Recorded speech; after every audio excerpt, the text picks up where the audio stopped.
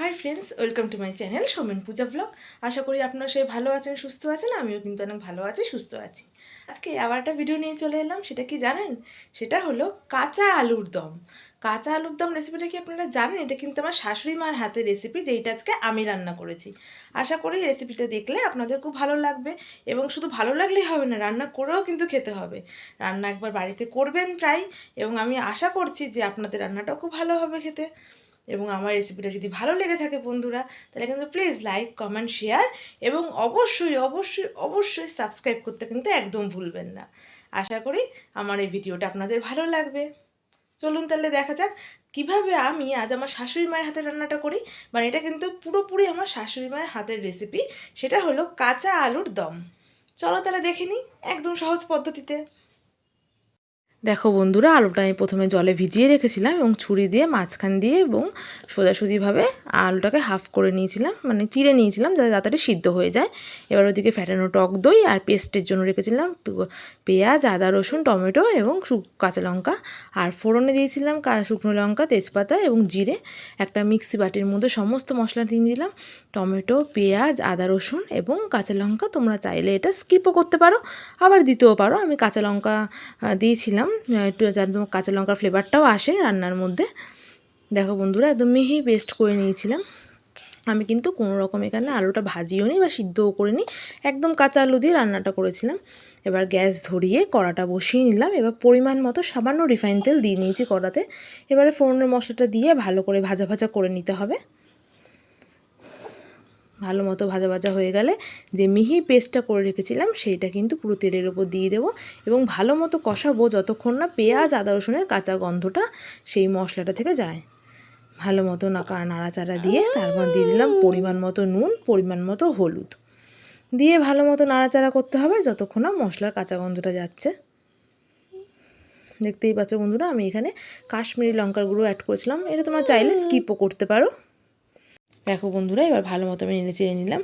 এবার যতক্ষণ না মশলা দিয়ে তেল ছাড়ছে ততক্ষণ কিন্তু ভালো মতো কষিয়ে নিতে হবে। দেখো এবার মশলা দিয়ে কিন্তু ভালো মতো তেল ছাড়ছে, মশলাটাও কিন্তু কষে গেছে এবং আদা, পেঁয়াজ, রসুনের কিন্তু কাঁচা গন্ধটাও ছাড়ছে না।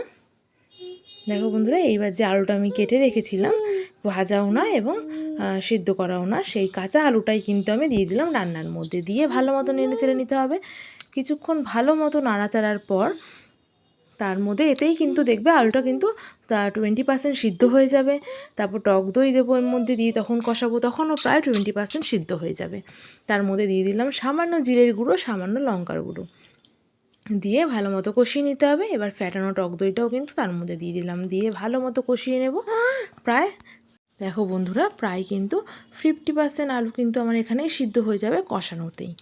ভালো মতো কষিয়ে নেব, নিয়ে পরিমাণ মতো বিশুদ্ধ উষ্ণ গরম জল দিয়ে দেবো। তাতেও কিন্তু আলুটা অনেকটা কিন্তু ভেতর দিয়ে নরম হয়ে আসবে। এবার বিশুদ্ধ উষ্ণ গরম জল দিয়ে আগুনটা আস্তে করে কিন্তু আমাদের আধ ঘন্টা আলুটাকে সিদ্ধের জন্য ছেড়ে দিতে হবে।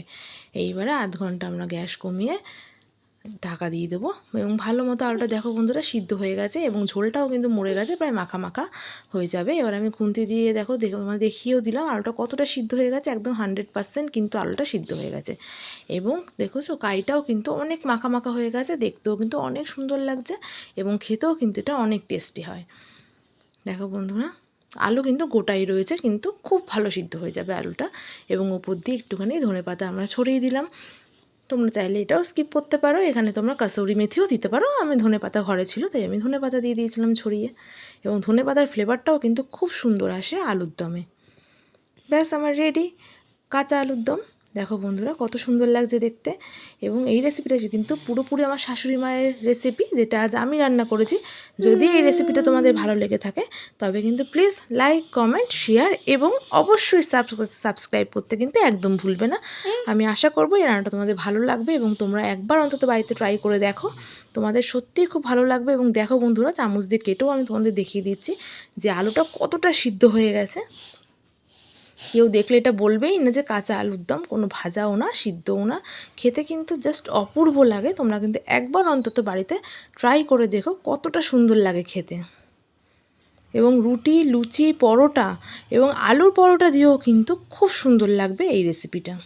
তোমরা একবার বাড়িতে করো। যদি আমার এই রান্নাটা ভালো লেগে থাকে তাহলে প্লিজ লাইক, কমেন্ট করে দিও এবং অবশ্যই কিন্তু সাবস্ক্রাইব করে দিও। Thank you.